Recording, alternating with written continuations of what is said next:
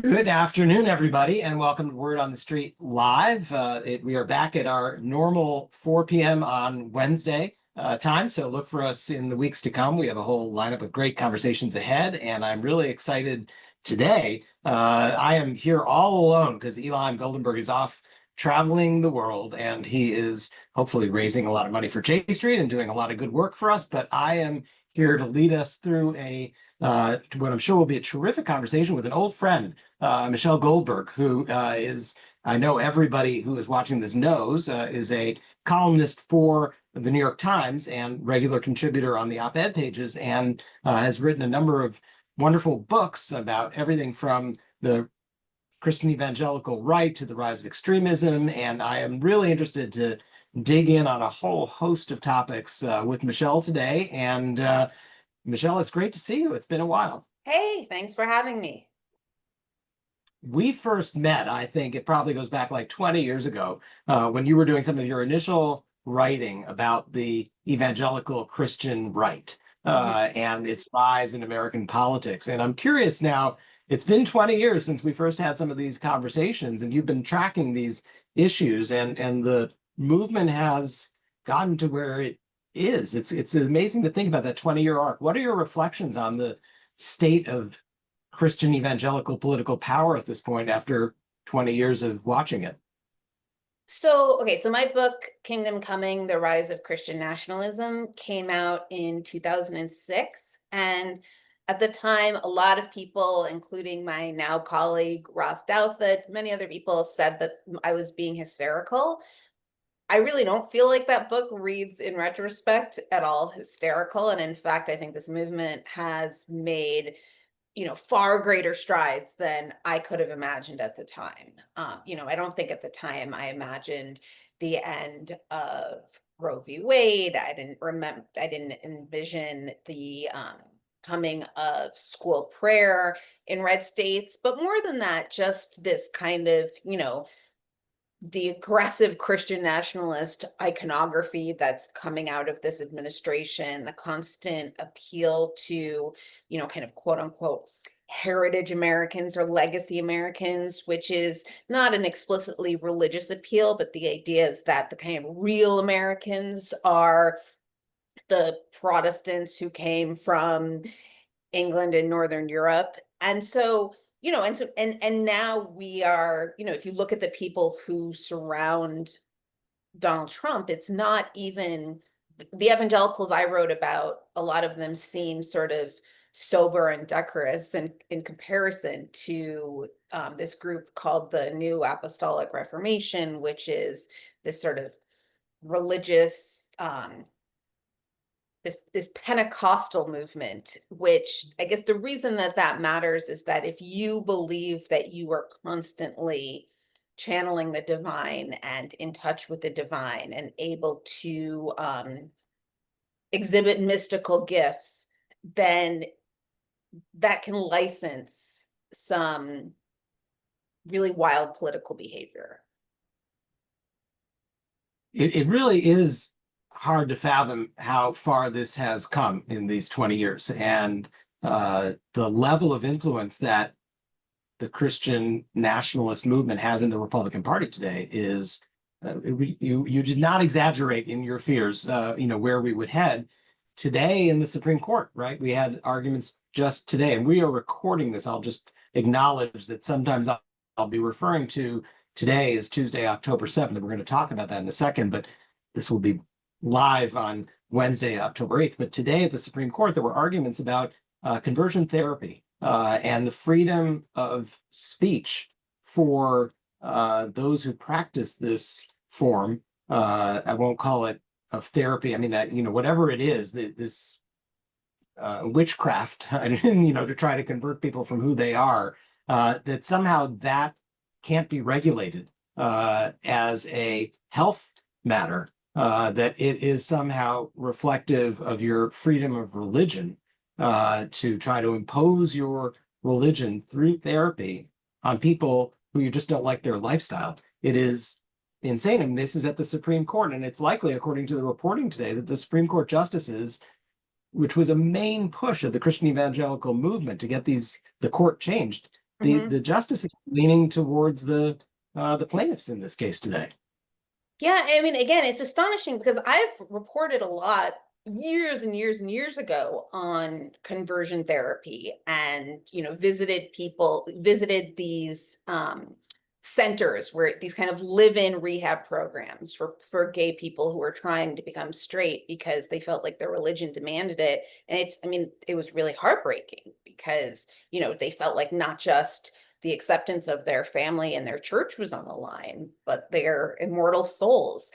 And what you saw is that most of the people from that generation of conversion therapy either were later caught up in kind of scandal when it emerged that they were still gay, or they came out against it, right? So it had seemed like this had been so thoroughly debunked, but I think what we're seeing is that a lot of things that we thought had been relegated to the past are coming roaring back at us.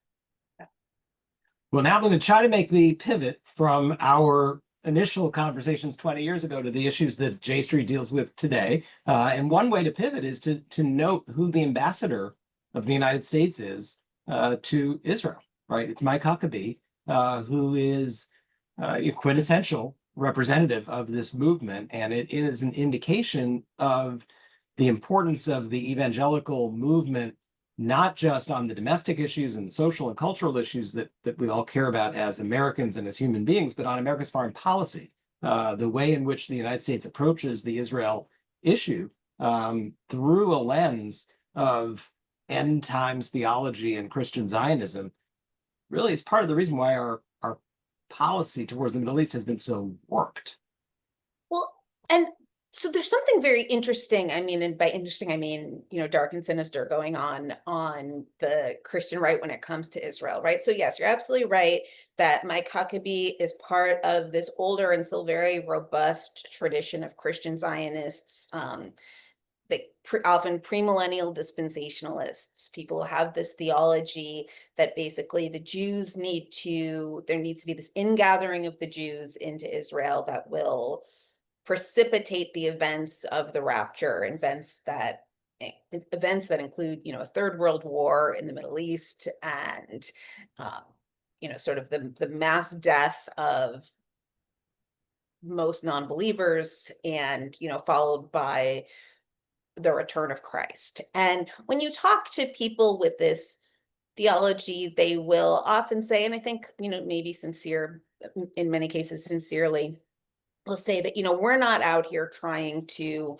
precipitate the rapture. It's much simpler than that. It's just that, God blesses those who bless Israel, and we have this theological connection. And I'm willing to kind of grant the good faith there, but I still think it matters if the people making policy don't see a third world war centered in the Middle East as something that must be avoided at all costs, but as, an inevitability, even if it's one that you're not necessarily trying to hasten. So, yeah, so and that they are clearly in line with the most radical of the settlers in terms of the need to reclaim all of, what they call biblical Judea and Samaria, to rebuild the Second Temple on the site of the Al-Aqsa Mosque. And so, you kind of have all of these very dangerous and provocative real world policies that come out of this theology. But at the same time, there's this other thing that's happening that's really right that you wrote about today, right? Right, which is that there's also this, it's like kind of like, well, you think that was bad, look at what comes next. It can only get worse. So, yeah, I guess that's the principle for these times. But so because you also have a huge upsurge of just genuine anti-Semitism on the right. Kind of very old-fashioned gutter anti-Semitism. Some of it online, it's barely cloaked. In more public settings, there's like a little bit of plausible deniability attached to it. I would direct people, for example, to like Tucker Carlson speaking at Charlie Kirk's funeral. Actually, let me back up for a minute. So there's growing currency on the right to this conspiracy theory that Israel murdered Charlie Kirk. And it's the kind of thing that sounds really, really nutty, but it's something that is, maybe hinted at by Tucker Carlson, or I don't want to say hinted at. He's, Tucker Carlson is just constantly saying, well, there's just a lot of questions. And I just want to, and they're pointing to the fact that Charlie Kirk, I think, did have a genuine and growing frustration with his pro-Israel donors. And maybe we can talk about the way that some of the tactics that are used by pro-Israel conservatives to sort of control public debate. I think we've seen the way that they've backfired on the left. We can also see how they're backfiring on the right? It sort of turns criticism of Israel into this like secret knowledge that only the most brave among us dare to voice, and it gives it a sort of glamour. But so anyway, Charlie Kirk, had been frustrated with some of his donors. They had taken away, or one of his donors had revoked a $2 million grant because Charlie Kirk refused to kind of cut ties with Tucker Carlson. There are a lot of people on the right drawing lines between that and Charlie Kirk's murder, which is insane.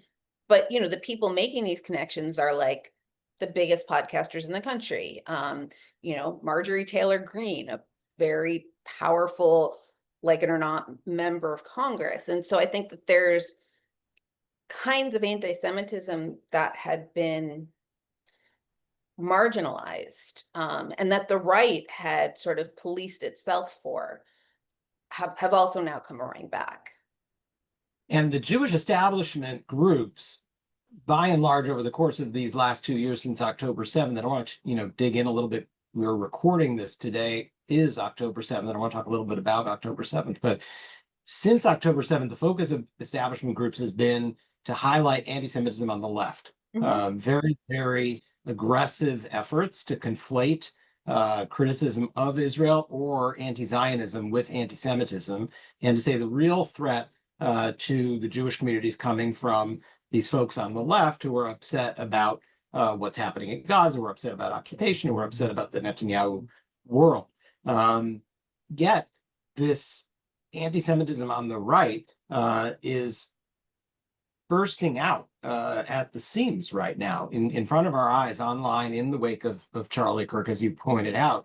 And you see a sort of accommodating approach from organizations. Let's say, I think the ADL just pulled down its encyclopedia of extremism, or whatever the exact term is, in deference to not wanting to include Charlie Kirk in that, despite the things that Charlie Kirk said that are extreme. Right, and look at what the ADL got for it, right? I mean, Kash Patel, I can't remember what it is that Kash Patel, the head of the FBI, just said exactly about the ADL when he cut ties, but he cut ties, I believe he might have called them an extremist group or something to that effect.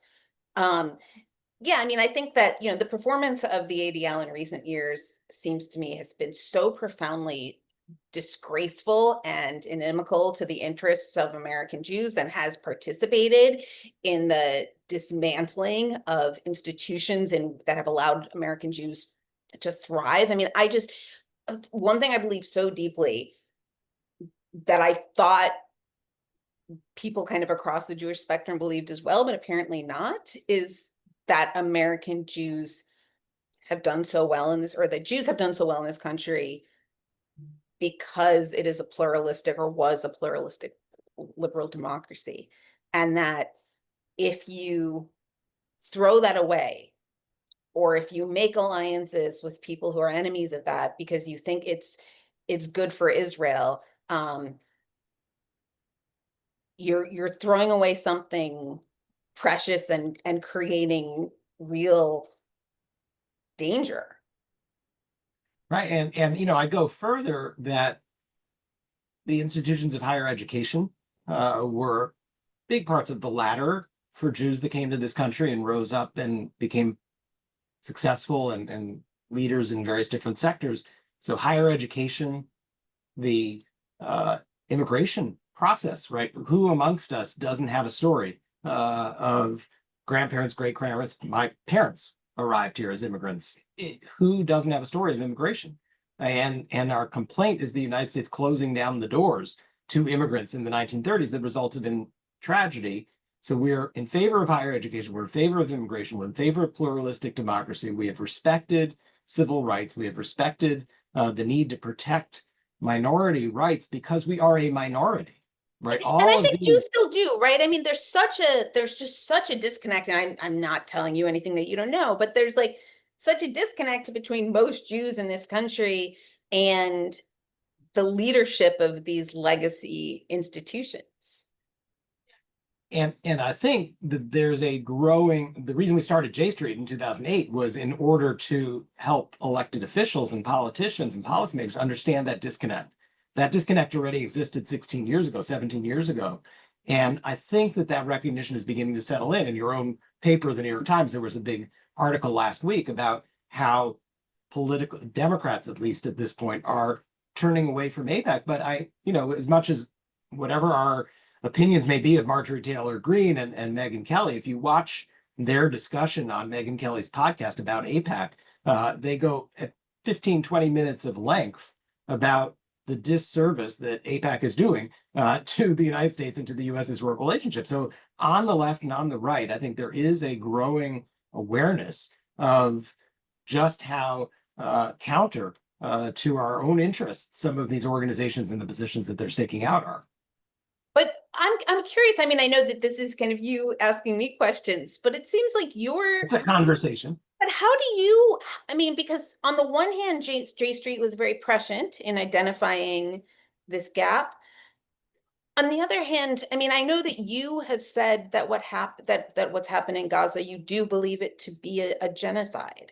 And so what does a pro-Israel politics look like? Or how do you reconcile kind of thinking that Israel is committing a genocide and also running an organization that at least on some level wants to support Israel? Well, I think what we support, and I think you see this in polls of American Jews, that there's a very substantial portion still of the American Jewish community that is deeply connected to Israel and wants to see it be a better place. That has family there, has friends there, has spent time there, feels connected to it, and is radically opposed to what this government stands for. And there is a parallel to the United States, right? I mean, we are Americans and we care very deeply about this country. We're radically opposed to what this government is doing, tearing apart the foundations of American democracy. So the idea that you can care very deeply about a country and feel connected to it for history, culture, family, personal experience, whatever the reasons are, and deeply disagree with the direction that the political leadership is taking it, I think that is actually a very comfortable place. And particularly in 2025, America, for liberal American Jews, we're pretty used to this positioning of drawing the distinction between the state and the people. Does that resonate with you? I mean, it does, but I also just think that I don't know that much of the Jewish community has sort of like, and I don't know that we can, the enormity of it is so overwhelming, but just kind of what it means, eventually, God willing, this war will end, but the stain of what has happened won't. And kind of what that means for how people understand the Zionist project, I think is just, the repercussions of that are, I just feel like we're going to be reckoning with that for a long time. Yeah, no. I mean, now we're in Peter Beinart space, right? This is the, question of being Jewish after Gaza, right? I mean, this is this reckoning. And, I've written a lot about this. I was really happy to see quite a few rabbis whose sermons were going viral over these last days coming out of the high holidays. I think quite a few rabbis around the country were trying to grapple with this as well. And I think that American Jews and American Jewish institutions and leaders, we're going to be grappling with this for the next generation. And it's not just about how did a state of the Jewish people act when it had power and what did it do? How did it not live up to what it said were its moral codes? But what about our own community, right? I mean, I think the reckoning isn't simply this state that is 5,000 miles away, led by a bunch of messianic extremists. It's not just about them. It's also about us, right? And where were we? And what did we do? And did we speak up? And did we do everything that we could in order to ensure that this would stop and that we weren't providing the aiding and the abetting of what was done in Gaza? And I think the reckoning is going to be not just about the quote unquote, this Zionist project or the idea of a nation state of the Jewish people. I frankly don't expect that a state of any particular people is going to be any better than a state of any other particular people, right? I don't think one people is better than another, and every single people, when given power over another people, has misused it and abused it over the course of human history. And so this is not, a particular thing for the Jews, but we do have a moral and an ethical code that we said we upheld, and we said if we were going to have a state, we were going to live up to these ideals and these, values of our prophets, and we didn't. And where were we, right? So I think the reckoning is not just about Israel and Zionism. I think the reckoning is about for Jews and a Jewish community. Well, and it's also going to be a reckoning. Again, forgive me for hijacking the conversation, but about, for as long as we've known each other, the answer, it felt like, was, I mean, it wasn't obvious how to get there, but the answer was obvious, that like the answer has to be a two-state solution, right? So you can be a liberal Zionist because you believe that there should be a free and democratic Israel living side by side, the free and democratic Palestine. I mean, as that becomes a fantasy, as that becomes like, as that increasingly looks like an impossibility, then what does liberal Zionism mean? Right. I mean, I know you've been delving into Rob Malley's book, and we have too. We had him at our summit. And I think the challenges that Rob puts out there to the concept of a two-state solution are exceedingly important for us to address and meet head on. At J Street, we haven't talked about quote unquote a two-state solution for many, many years now.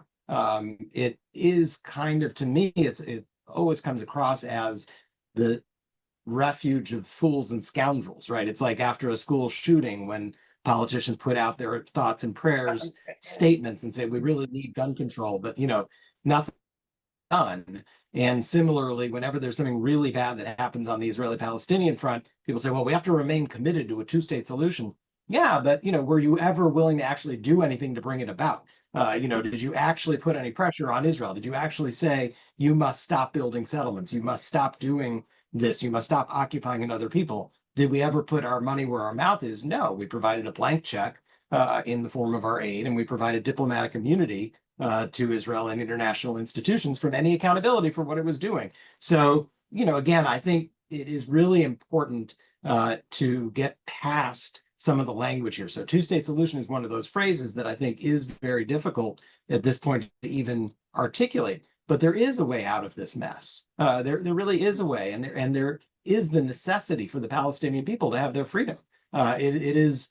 We're going to watch these two peoples just kill each other for the rest of our lives and our kids' lives and our grandkids' lives if we don't find a way to create a space where Jews in that area and Palestinians in that area can act out their right of national self-determination and create a home for themselves. And our modern definition of that is the state. It's the nation state. And I do believe that ultimately there has to be a nation state for the Palestinian people, but it's not going to come about from just two parties, Israel and Palestine, talking to each other. It has to be part of a regional and comprehensive approach. So we call it now a 23-state solution, and it has to include Saudi Arabia, it has to include the Gulf, it has to include all of the countries that were sitting at the table with Donald Trump, of all people, at the UN 2 weeks ago when they accepted his 21-point plan that then was edited by Netanyahu down to 20. But, there is a vision here of how to create space for Palestinians to have their freedom and their self-determination and have a secure place to call home.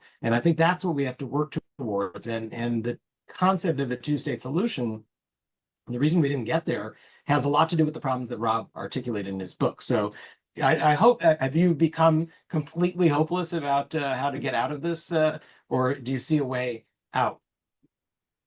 I mean, I've become pretty hopeless about a lot of things. I mean, I guess the only thing I would say is that things change faster than you can imagine, right? So I mean, I feel like I'm hopeless. I feel hopeless that there is a plan that, if kind of the smart Americans and Israelis of good faith kind of and Palestinians of good faith, I don't know that there is some magic formula that I don't believe there's a magic formula that gets you there. I don't know that you ever get there. Who knows? At the same time, things that have seemed permanent in the world have changed in my lifetime. And so, right, it's like, to me, the only, like, I don't see any reason for hope except that few things in this world are permanent. And think back to Anwar Sadat in 1977, coming down the steps of the plane in Jerusalem and changing the course of history, right? These countries had just fought 4 wars and murdered each other's citizens and hated each other's guts. And there was the leader of Egypt coming to Israel, extending his hand, and the next thing you knew, you had peace that's now lasted for well over 40 years, approaching 50 years now, of peace between Israel and Egypt. So, these things do change. It takes leadership, though. I mean, I think that's a real missing component in all of this, is the absolute vital importance of leadership on all sides. Leadership, it leads me to a different conversation, which I'd love to explore with you a little bit. So I'm going to shift gears Right. to New York. And, I know that you've been following very closely and writing a little bit about Zohran Mamdani and the mayor's race, and the leadership that the Democratic Party has today in Washington versus the leadership that we're seeing in some areas around the country. I'm curious your take as a New Yorker on the mayoral race, on Mamdani, and give us your read on the issues relating to his relationship with the Jewish community in New York. Well, look, I think that we know that, like, there is no progressive movement kind of without Jews. And so, all the polls show, I think, not that a majority of Jews are voting for Mamdani, but a plurality. This was when it was still a 3-person race. There is, I live in a place, I'm surrounded by Jewish people with Mamdani signs in their windows. And so it always drove me kind of crazy, this idea that Jews are terrified, or that Jews, kind of feel universally rebuked. It's just not true. And Mamdani represents this kind of vision. Why do we love this city, right? It's because even though it is often, tense and inconvenient and maddening, it is a place where people live cheek by jowl in what is more often than not peace and harmony, even if it doesn't always look pretty. I live in a neighborhood, I'm surrounded by, I live not far from Little Bangladesh. There's Afghan refugees in my community. Well, not even refugees anymore. Now they're just, New Yorkers. And I think a lot of people a lot of New Yorkers see Mamdani, and he very much represents the cosmopolitan city that they love. In the same way that I'm sure if I was in London, I would vote without thinking twice for Sadiq Khan. And so at the same time, look, Mamdani was not my personal first choice. I put Brad Lander first. And I do worry a little bit about his lack of experience. Running New York is obviously an extraordinarily complicated endeavor, but he has given a lot of people, hope and inspiration at a time when those things are really, really lacking. And I think that that is part of the project of politics that's easy to overlook or downplay, right? But part of being a leader is getting people to want to follow you, getting people to want to buy into your vision of the future that seems like hopeful and inspiring. And that's something that I think many leaders in the National Democratic Party, or at least the Democratic Party in Washington, have really lost. I certainly don't think anybody looks at Chuck Schumer and sees, somebody with a vision for a radically better world, right? Like the right knows the world that it wants to create. The right has a narrative about evil and redemption and the things that need to be done to create the society that they want to live in. And, I think that narrative is built on fantasies, and the society that they want to live in would seem like dystopian to me. But there is this kind of this narrative trajectory that I really think Democrats have lost. I've written about this. So many of us believed when, including myself, when Barack Obama was elected, and Barack Obama would always use that Martin Luther King quote, and he'd always talk about how the arc of history is long, but it bends towards justice. And a lot of us thought that that was the world we were living in, right? A world where progress just kept building on itself and things became more inclusive and, kind of more open. And that narrative is hard to believe in now. We don't really have another one. And so a lot of people feel lost. And then it seems to me that the leaders that are gaining traction are the ones who make people feel like there is a path, and also people who are just younger, right? Because we have such a problem of this lack of vision, I think, is connected to this problem of gerontocracy in the party. It doesn't, there's an ideological valence to this, but it doesn't necessarily have to be super progressive. I mean, I also just wrote a big piece about James Tallarico in Texas, who is progressive for Texas, but who certainly know Zoran Mamdani. But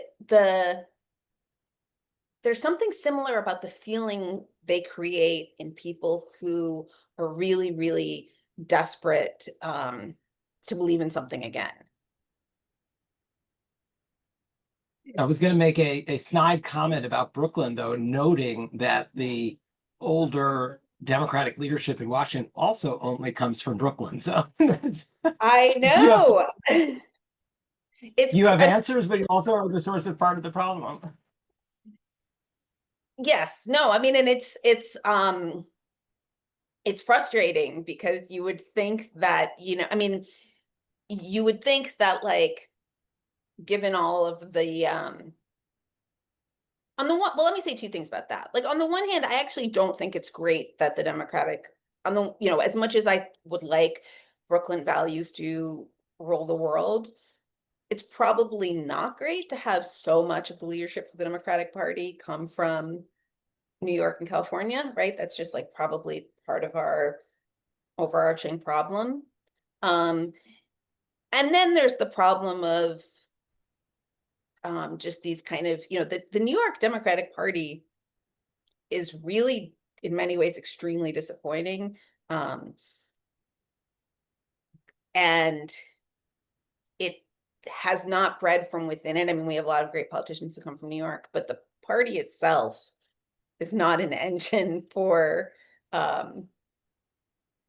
creating like really exciting leadership. I mean, if you just look like right now at kind of Kathy Hochul compared to Governor Pritzker in Illinois and Gavin Newsom, California, and I have mixed feelings about Gavin Newsom, but just the energy of resistance is very, very different. And I it's got to have something to do with some kind of sclerosis in the Democratic Party here in New York. So I'm curious, one of your colleagues, Ezra Klein, has been stirring the waters a little bit about this question of why are Democrats not resonating outside of New York and California. And you just alluded to that. And, Ezra's making the point that he doesn't think that the party is making enough of an effort to look in the mirror and to recognize why it is that its views and the people who are expressing those views are not clicking with a very large swath of America. And it's not about the large swath of America. It's really more about the Democratic Party. What is your take on his critique of the party and its direction?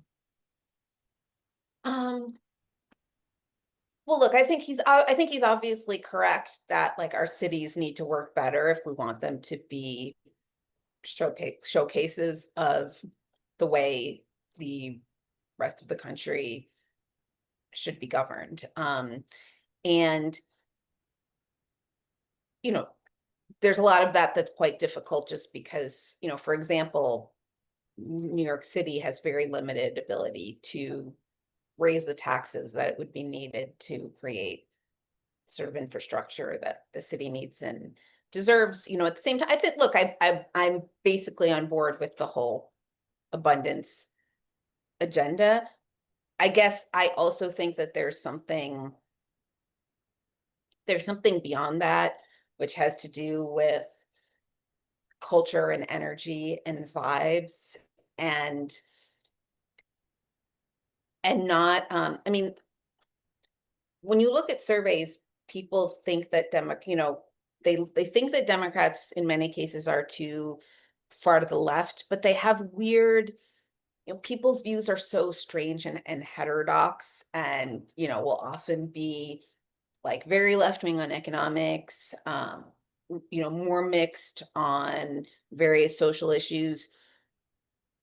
I think it's a mistake to say we need to just tack to the center or just need to get like a bunch of we need to do a bunch of focus groups and sort of derive our platform from that, because I think part of the reason that Democrats seem inauthentic to a lot of people is because of how often they speak in this sort of like consultant generated banalities. Like, you don't like, I've interviewed people in the Democratic Party, I'm not naming names, where I talk to them for a while and then I just want to like say, okay, now I'm going to turn off my recorder, tell me what you really think.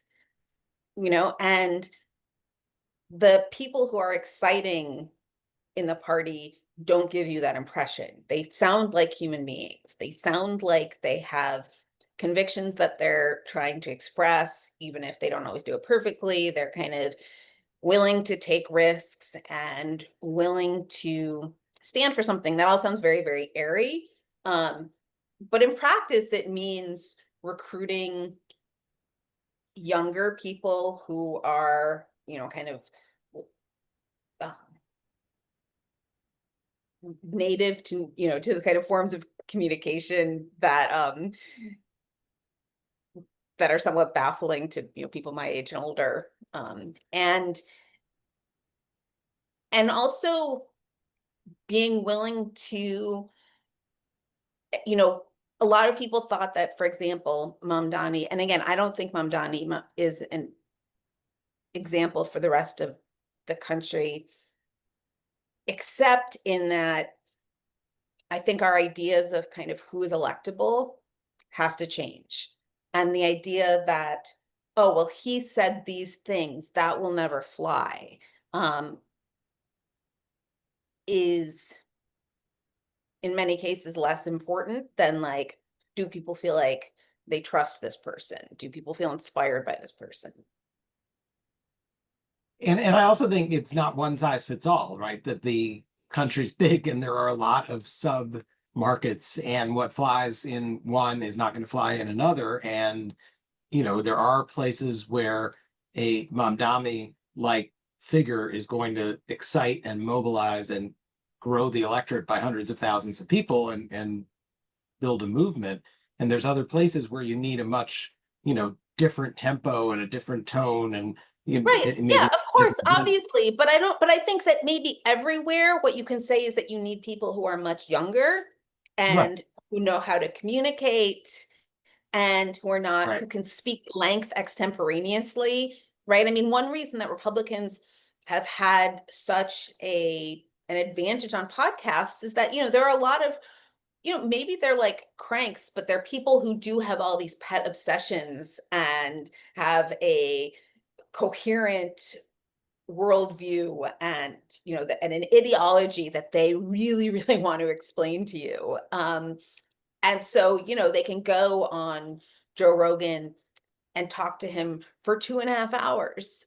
And there's just not as many Democrats who can do that. And I think that, the party needs to select for those kind of people. And again, it's not necessarily an ideological thing. It's like a generational and stylistic thing.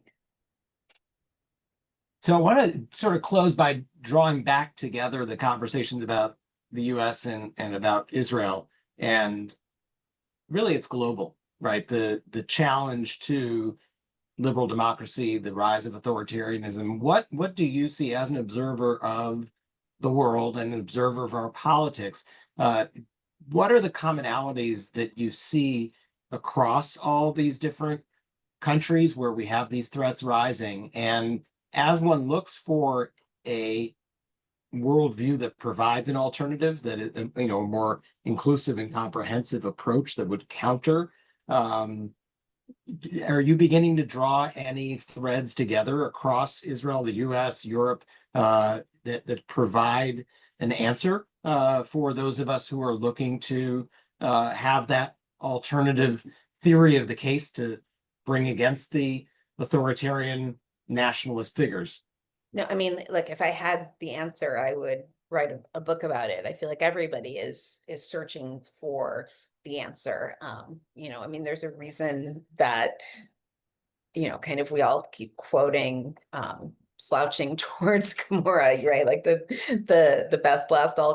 best lack all convictions and the worst are full of passionate intensity. And there are, as you said, there are commonalities both in all sorts of things, in the role that immigration plays in fostering nationalist demagogues, in sort of people's disenchantment with modernity writ large, which is in many cases becomes conflated with Jews for our purposes, in the way that social media and the lack of gatekeepers creates this sort of epistemological chaos that the most dishonest figures in a society are much more equipped to take advantage of. The sort of extent to which I think we're still figuring out the extent to which the liberalism that you and I grew up with depended on a literate reading public.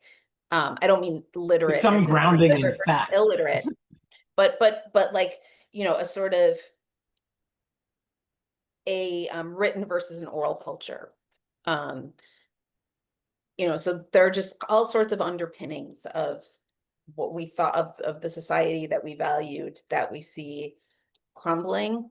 How we put those back together. I mean, I wish I knew, and I'm constantly, it's hard to exist in a state of constant like despair. So I'm constantly looking around for hopeful examples. I went to Mexico and wrote about Claudia Sheinbaum, and I think American liberals are, many of them are not going to see the Morena party as an example. I don't think it's authoritarian in the way that, say, like Chavez is, but it definitely has elements that are extremely illiberal. I do think that one thing it shows is that, that party, there's a huge perception in the country that not just her, but her predecessor more particularly made their lives better. He like increased pensions. He gave people money. He like really changed their economic circumstances, and that, sort of inoculated them to this reactionary wave that's especially emerged in the wake of the COVID pandemic. So my guess is that the answer is going to lie in some kind of left-wing populism, but we have only pretty scattered examples right now of things that work.